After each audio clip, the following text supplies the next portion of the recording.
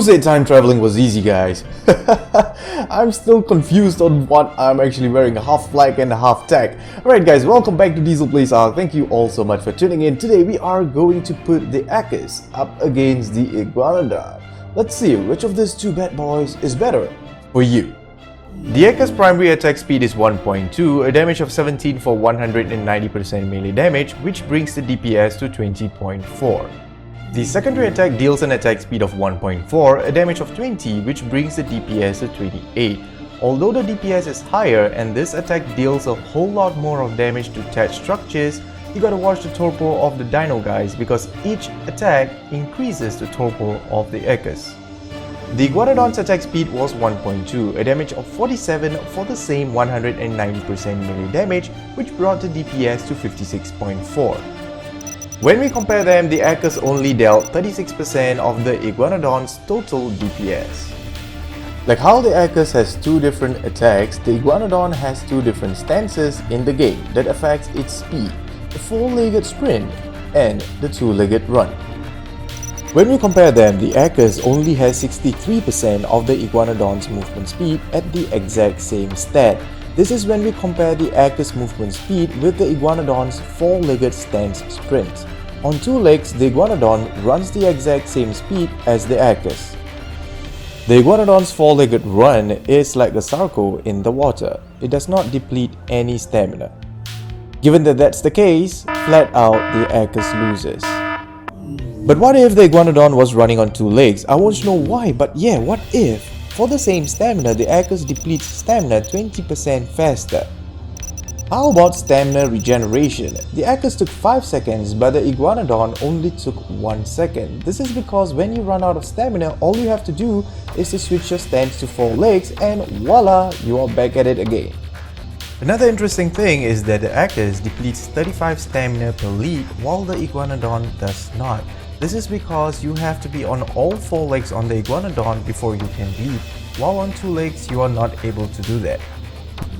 Next up, let's put both of them in the water. For the same oxygen stat at 150, the Equus took 99 seconds while the Iguanodon took 62.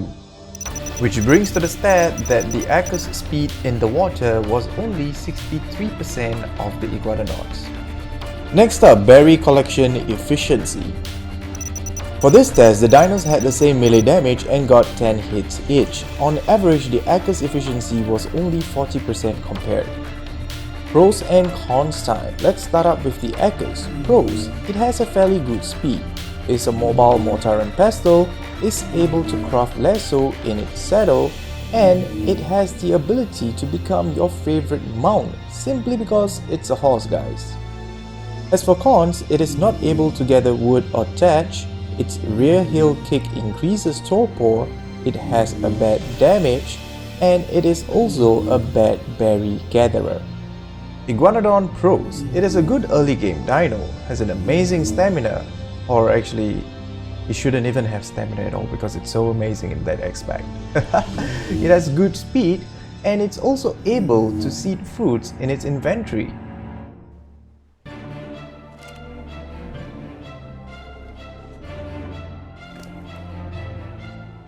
The only con about this dino, it's its health. And which one is Diesel gonna choose? It's definitely gonna be the Iguanodon, guys. And for those guys who are wondering which of these two dinos leads further, the Equus does it a little better.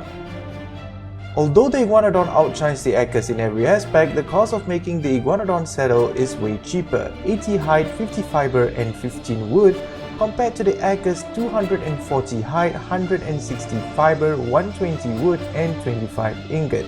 This is due to the saddle's ability to function as a mortar and pestle. Alright guys, I really hope that you guys enjoyed today's episode. I was a little disappointed with Horsey. I thought that, he or she could have done it a little bit more better. And if you guys liked the video, remember to do this, guys. That's right, smash on the like button, leave a comment behind. Till next time, take care and goodbye, guys.